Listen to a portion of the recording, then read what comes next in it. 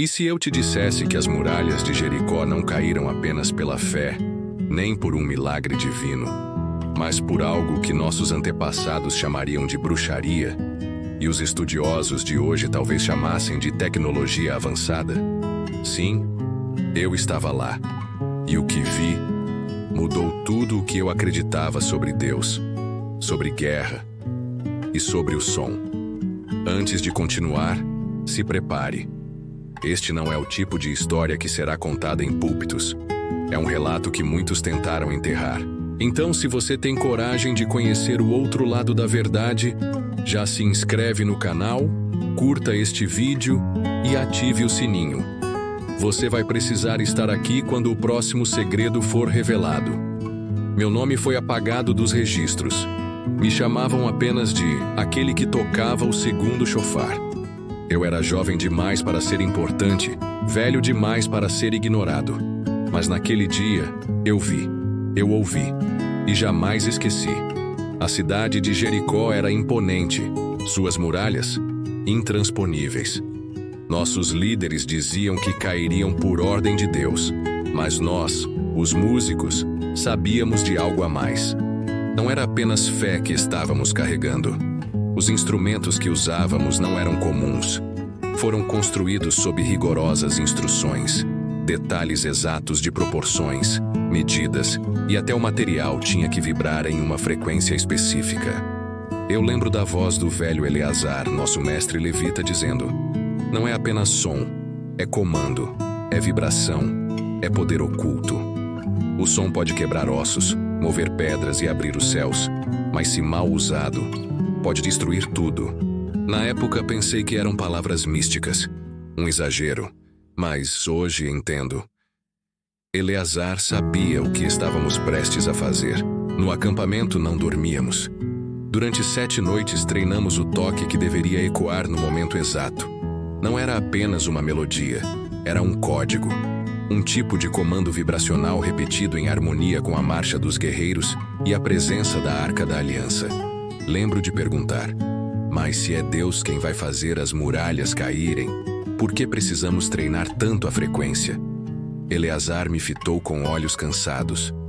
Porque os caminhos de Deus incluem instrumentos invisíveis aos olhos humanos, e você é um deles. Havia mais mistério do que fé. Certa noite, ouvi 2 anciãos conversando. Um deles dizia que os sons que íamos emitir eram semelhantes aos que ecoavam no Sinai, quando Moisés recebeu as tábuas. Sons que não vinham da terra, sons que rasgavam o ar, o tempo e o espírito. Chegou o 7º dia, e com ele o silêncio. As tropas estavam prontas, a arca à frente, e nós, os tocadores, atrás dela. Marchamos 1 vez, 2, 7 voltas completas em torno de Jericó. Nenhuma palavra, nenhuma flecha. Apenas o som do couro das sandálias e do vento quente. Até que Eleazar levantou a mão, e nesse instante, algo aconteceu dentro de mim. Era como se meu próprio corpo vibrasse com o ar. Como se o chofar na minha mão não fosse apenas um instrumento, mas uma extensão do que eu era. Tocamos. O som foi seco, agudo, cresceu, se multiplicou. Ecoou pelas muralhas, bateu nas pedras e voltou como se o próprio ar estivesse tremendo de medo. As muralhas não desabaram como em terremotos. Elas colapsaram para dentro, como se sugadas por uma força invisível. Foi nesse momento que percebi. Não tínhamos testemunhado apenas um milagre. Tínhamos ativado uma arma. Vi os olhos dos soldados de Jericó congelarem.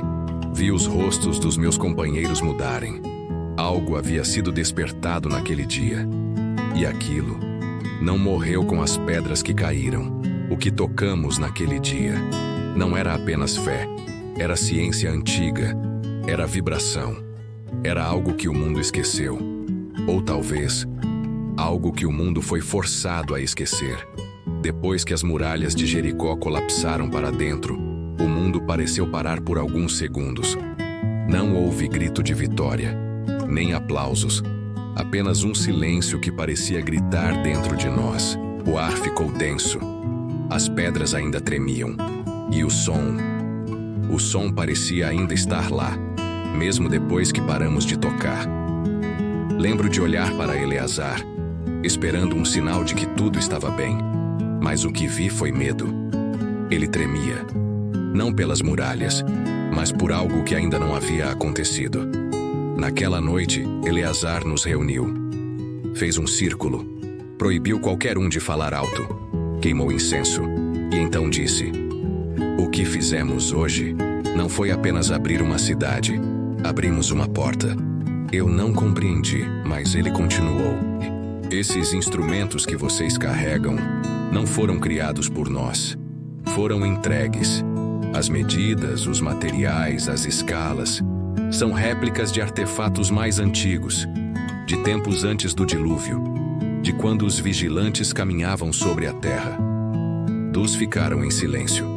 Cada toque que emitimos, ele disse, resgata uma frequência esquecida, uma vibração que não pertence mais a este mundo. O som é linguagem. E hoje, o mundo espiritual respondeu. Nos dias que seguiram a conquista, algo estranho começou a acontecer. Pesadelos, gritos durante a noite. Alguns levitas começaram a adoecer. Não no corpo, mas na mente. Um deles começou a ouvir o som mesmo em silêncio absoluto. Outro dizia que via formas se mexendo nas sombras, como se algo tivesse saído das muralhas junto com o colapso. Eu fui um dos afetados. Durante 7 noites sonhei com o som. Não o que tocamos, mas um outro, mais profundo, quase como um canto invertido, vindo do fundo da terra. Em um dos sonhos ouvi uma voz que dizia: "O que foi aberto não pode mais ser fechado." Busquei Eleazar, exigi respostas. Ele me levou até um compartimento escondido na tenda dos levitas. Lá retirou um rolo antigo, envelhecido, guardado em couro escuro. Esse texto foi copiado dos registros de Enoque. Ele fala de sons primordiais, vibrações que controlavam o comportamento das pedras, dos metais, até das almas, sons usados pelos anjos caídos para erguer cidades e também para destruí-las. Meus olhos não conseguiam desviar das inscrições.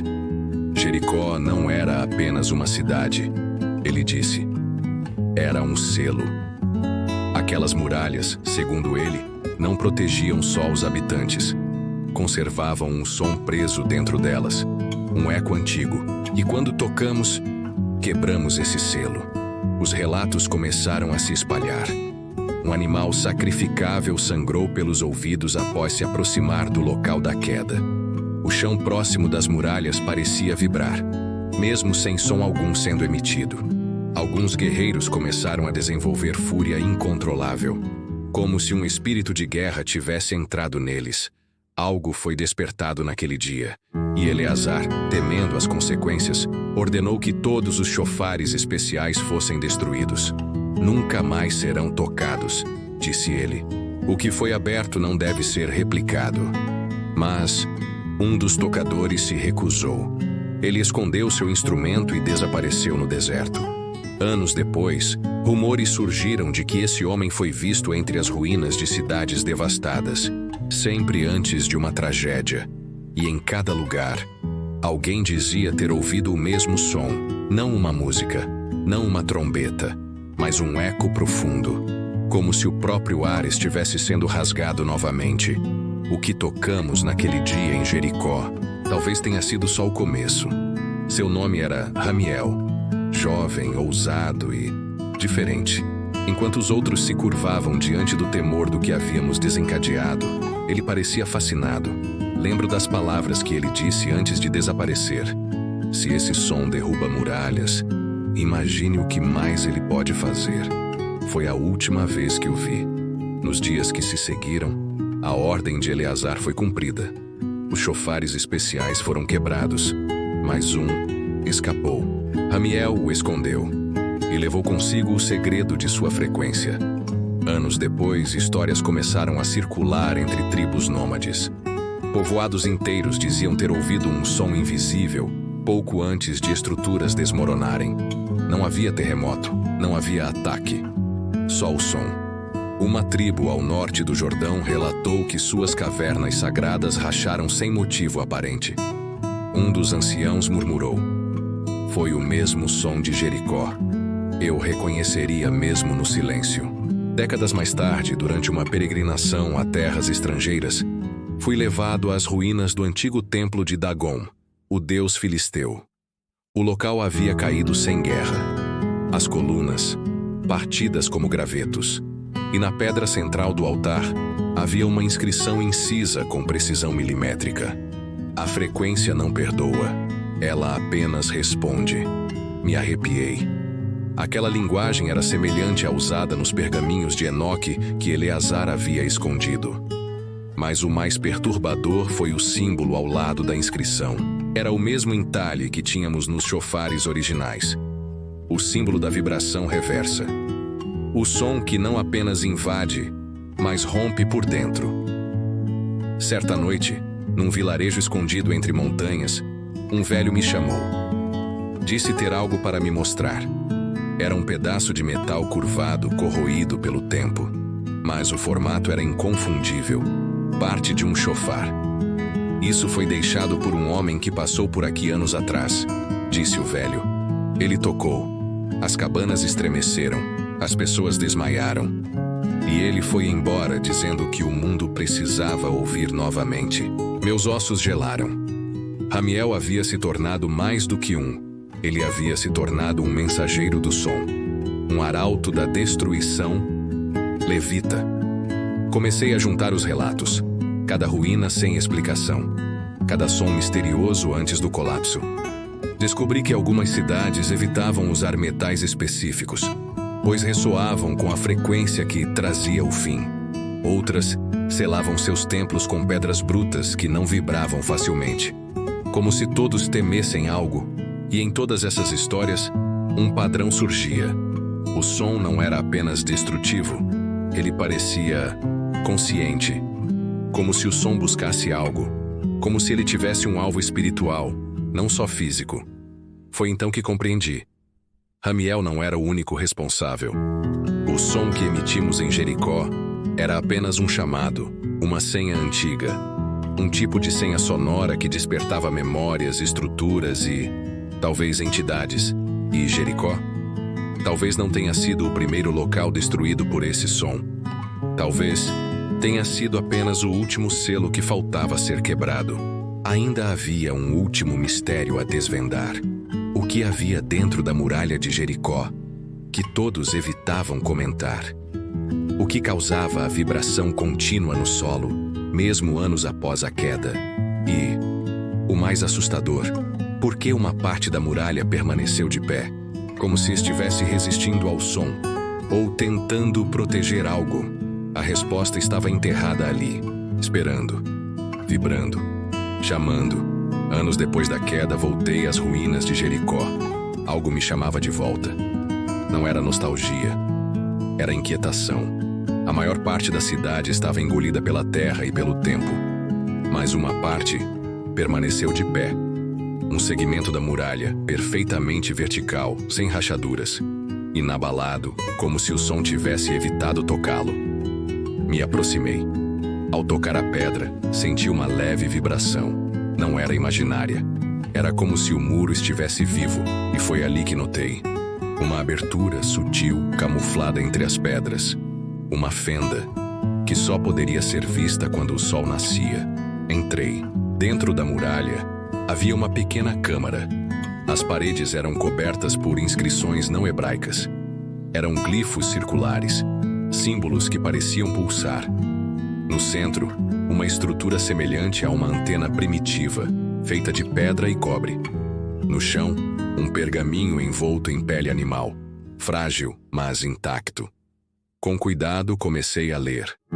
Era um manuscrito antigo que mencionava algo chamado Zimra Hadin, a frequência do juízo. Dizia que existia uma vibração específica que podia alinhar elementos naturais, desestabilizar matéria, abrir portais dimensionais. O mais assustador: a frequência, quando ressoada na presença da arca, torna-se voz do Altíssimo. Comecei a entender. A arca não era apenas um símbolo sagrado. Ela funcionava como uma caixa de ressonância espiritual. Quando combinada com o som certo, O som que emitimos em Jericó, ela amplificava essa vibração em múltiplas direções. Física, emocional, espiritual. Não foi apenas a marcha, a fé ou os gritos. A arca foi o catalisador. E isso explica por que, nos tempos seguintes, ninguém mais replicou o feito de Jericó. Sem a frequência certa e sem a arca, o efeito não aconteceria. Mas Ramiel, ele havia tocado perto da arca. O som estava registrado nela. Após o colapso, os líderes espirituais decidiram esconder tudo. Destruíram registros, queimaram cópias do pergaminho. Mas Eleazar salvou esse fragmento e escondeu dentro da muralha intacta. O motivo? Porque um dia, dizia o texto, alguém voltará a ouvir e o som retornará. Essa profecia me perseguiu. A ideia de que o som era uma entidade que voltaria, através de alguém ou algo. O eco de Jericó não terminou. A queda foi só o despertar. Um ancião de uma tribo isolada me encontrou perto das ruínas. Ao ver o símbolo no pergaminho, empalideceu. Disse que o mesmo símbolo aparecia em sonhos de seus xamãs, sempre antes de uma tragédia natural. Deslizamentos, fendas no solo, colheitas envenenadas. O som, ele disse, não é para os ouvidos humanos, é para o céu e para o que vive embaixo da terra. Arrepiei. Foi então que soube da última aparição de Ramiel. Em uma região montanhosa, um monastério esculpido na rocha desabou inteiro após um som sem origem ecoar à noite. Não houve sobreviventes, mas nas paredes das cavernas próximas, os mesmos glifos estavam entalhados. E no chão, a marca da base de um chofar, Ramiel havia deixado seu rastro novamente. O som não morreu com Eleazar. Ele vive agora, nas vibrações que só alguns ouvem. E havia algo mais. Nos últimos registros de Eleazar, um nome era mencionado repetidamente: Melcael, o guardião do som eterno. Segundo o texto, esse ser havia entregue os primeiros chofares antes do dilúvio e prometeu que retornaria quando o som certo fosse tocado novamente. Mas quem, ou o que, era Melcael? E o que ele traria de volta? Essa resposta está no próximo capítulo. Esse bloco conecta a queda de Jericó a eventos globais, modernos e futuros. Melcael. Ao ler esse nome pela primeira vez no pergaminho escondido de Eleazar, senti uma vertigem. Não era um nome humano. Não era hebraico. Não era de anjo conhecido. Mas ele aparecia em vários momentos do texto, sempre com a mesma descrição. Aquele que entregou o som aos que caminham em retidão. Aquele que dorme até que o tom certo o acorde. A narrativa sugeria que Melcael não era um simples mensageiro. Ele era o guardião da vibração cósmica, o som eterno, a primeira frequência emitida na criação, algo anterior ao tempo e à forma. E agora, graças ao que fizemos em Jericó, essa frequência estava ativa novamente. No mesmo manuscrito, encontrei o mapa de 7 símbolos circulares, cada um conectado por linhas retas. Era um esquema que indicava 7 tipos de sons. O som que constrói, o som que cura, o som que separa, o som que comanda. O som que abre portais último. O som que desperta Melcael. O som que destrói. E segundo a ordem das linhas, Jericó ativou o 6º som, o que destrói. Isso explicava tudo. A destruição não foi o fim. Foi o passo antes do despertar. Os fragmentos de Enoque que Eleazar havia preservado traziam uma advertência. Haverá um tempo em que o som ecoará novamente, não vindo de trombetas, mas da própria terra. E quando ele for puro o bastante para vibrar em todas as direções, aquele que dorme entre os ecos despertará. Aquele que dorme, Melcael, ou algo mais? Nos tempos modernos, relatos estranhos começaram a surgir. E, coincidentemente, nos mesmos pontos onde antigos povos haviam registrado sons estranhos. Estruturas metálicas vibrando sozinhas. Sons agudos saindo de cavernas onde ninguém entra há séculos. Céus que parecem roncar, mesmo sem nuvens. Em 2023, um satélite captou ondas sonoras vindas de regiões sem atividade tectônica. O som era tão grave que quase imperceptível, mas sua frequência batia exatamente com o sexto tom do mapa antigo. Isso foi registrado, ocultado, silenciado. Mas uma coisa ficou clara para mim: o som está voltando. Viajei até o sul do Sinai para encontrar um velho vidente que, segundo rumores, tinha sonhos com sons. Ele não falava muito, mas me entregou um objeto, uma pedra pequena, escura, lisa, e disse: coloque-a perto de qualquer fonte de som, e você verá. Fiz isso, e o que vi me arrepiou até os ossos. A pedra vibrava em resposta ao som da minha voz, mas não como uma reação física normal. Ela vibrava em padrão, como se estivesse decodificando o que eu dizia, como se alguém, ou algo, estivesse ouvindo. Nas últimas linhas do pergaminho de Eleazar, uma nota pessoal: Melcael não é o som. Ele é o retorno da ordem cósmica que o som carrega. Quando ele despertar, os que tocaram o som, mesmo sem saber, serão marcados e terão de escolher silenciar a vibração ou amplificá-la. Silenciar ou amplificar. Agora eu entendo. Jericó foi um botão de ativação, e nós, os tocadores, fomos transformados em antenas vivas. E então, comecei a me perguntar: por que eu sobrevivi? Por que voltei a Jericó? Por que eu sou o único que ainda ouve a vibração? Mesmo em silêncio, a resposta me veio em um sonho. No centro de um círculo de pedra, vi 7 chofares alinhados. No meio, a figura de um homem alto envolto em sombra, com olhos que vibravam em luz. Sua voz não foi ouvida, foi sentida e dizia apenas: o último som está perto. Prepare o ouvido espiritual e escolha teu lado. O som final, a escolha, a reativação de frequências antigas que podem trazer cura ou devastação. E uma última missão: viajar ao lugar onde o primeiro som foi emitido e onde, segundo os registros, Melcael surgirá novamente. Um lugar que não consta em mapas, mas cujo nome ecoa em lendas desde o Éden. Eden-Ha, o portal esquecido. O nome sussurrado nos sonhos, Eden-Ha, ecoava como uma convocação. Busquei mapas, pergaminhos, relatos antigos, nada. Mas uma coisa todos os registros diziam: onde o primeiro som foi emitido, ali será o fim, ou o novo começo. Seguindo trilhas esquecidas, vozes em sonho e vibrações que meu corpo já reconhecia, cheguei a uma região desértica sem nome. Nada crescia ali. Nenhum som de vento. Silêncio absoluto. E no centro, um círculo de pedras negras encravadas no solo. Não havia templos, nem inscrições, apenas o ar pulsando em compasso. Me ajoelhei e toquei o chão. Nesse instante, o som voltou, mas dessa vez, ele falava.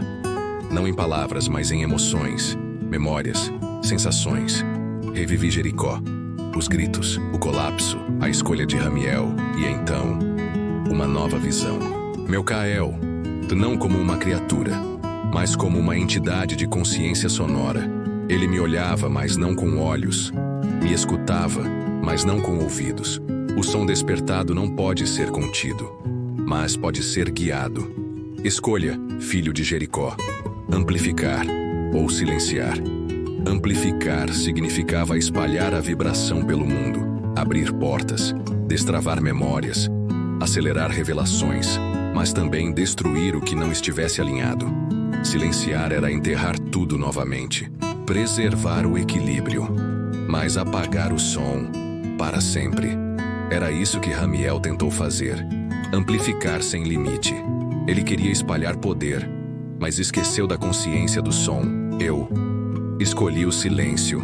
Enterrei meu chofar sob Eden-Ha, enterrei minha voz, e jurei jamais contar isso a ninguém, até agora.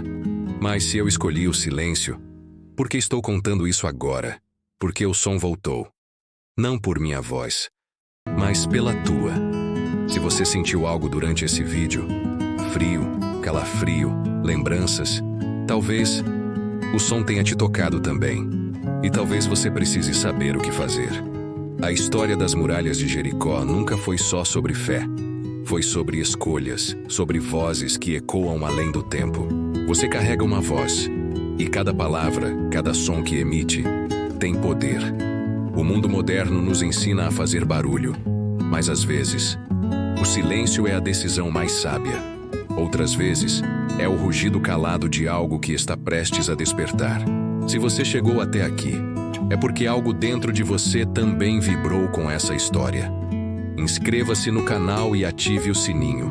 Você precisa estar aqui quando o próximo som for revelado. Obrigado por assistir esse vídeo. Pedimos que se inscreva em nosso canal e curta esse vídeo. Ative também o sininho das notificações para ser avisado sobre nossas postagens. Até o próximo vídeo.